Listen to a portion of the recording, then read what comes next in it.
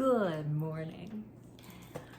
This morning, I want to say, I am so thankful for Holy Spirit, and I am so thankful for Jesus. I'm so thankful for God. Are you thankful for Him today?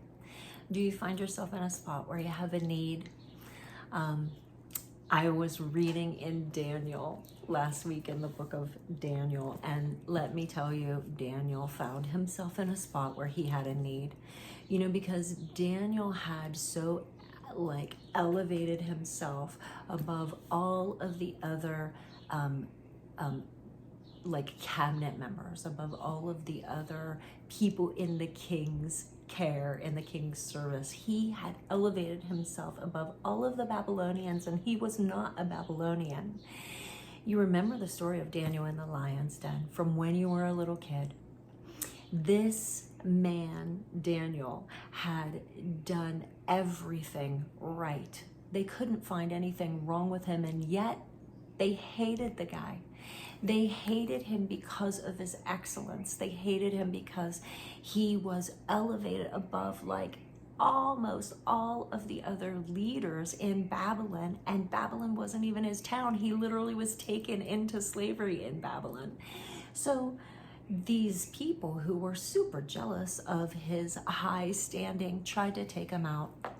And they knew the only way they could take him out in Daniel chapter 6 was to do something, some kind of trickery that would have something to do with Daniel's God, because they knew that he was true to God.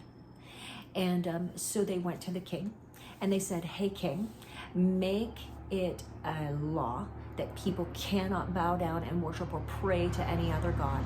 They have to bow down and worship you." And the king's like, "Sounds like a good idea." So Darius the king put it into law that you couldn't pray to any other god. And do you know what Daniel did when he found out that he was no longer allowed to do today what he had done yesterday and every day of his life? Suddenly, he wasn't allowed to do it. Know what he did? He did it just the same as before. Daniel went up to his room where his windows were open toward Jerusalem in Daniel 6 verse 10, and he prayed 3 times a day, just as he had done before. These men busted him doing it. They told the king, and the king said, "I am super bummed about this. I didn't want it to happen, but Daniel, it was a decree. I have to throw you in the lion's den. May the God who you continually serve rescue you." And so the king couldn't sleep that night. Daniel's in the den with a bunch of hungry lions, and the king couldn't sleep. He was anxious and runs to the lion's den the next morning, and he says, "Daniel, did your servant of the living God, has your God whom you serve continually been able to rescue you from the lions?" And Daniel, miracle of miracles, answers, and he says, "May the king live forever. My God sent his angel and shut the mouths of the lions. They have not hurt me, because I was found innocent in his sight, nor have I ever done any wrong before you, your majesty." The king was overjoyed. He gave orders to lift Daniel out of the lion's den, and they didn't find one mark on him. And something else happened. The men that came against Daniel, it was ordered that they be thrown into the lion's den, them and all their families. And before they even hit the ground, the lions broke all of their bones and tore them to pieces. In the end, the king glorified God because he saw how God protected Daniel. So whatever you're facing today or going into this week, whatever I'm facing today and going into this week, I know that there is a God who hears my prayers. I know there is a God who answers my prayers. He will even send angels to protect me.